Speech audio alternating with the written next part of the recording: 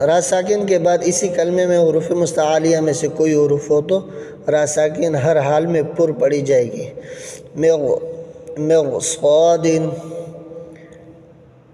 فرقۃ، قرطاس۔ عمالیہ کی را ایسی پڑھی جائے گی جیسے قطرے کی را، سکنہ۔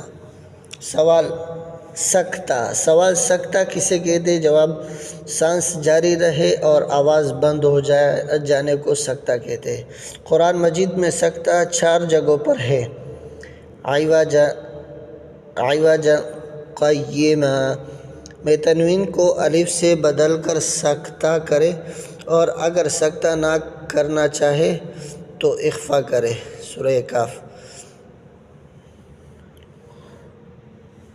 من مرقدنا ھذا، میں سکتہ نہ کرنے کی صورت میں کوئی قاعدہ نہیں ہے۔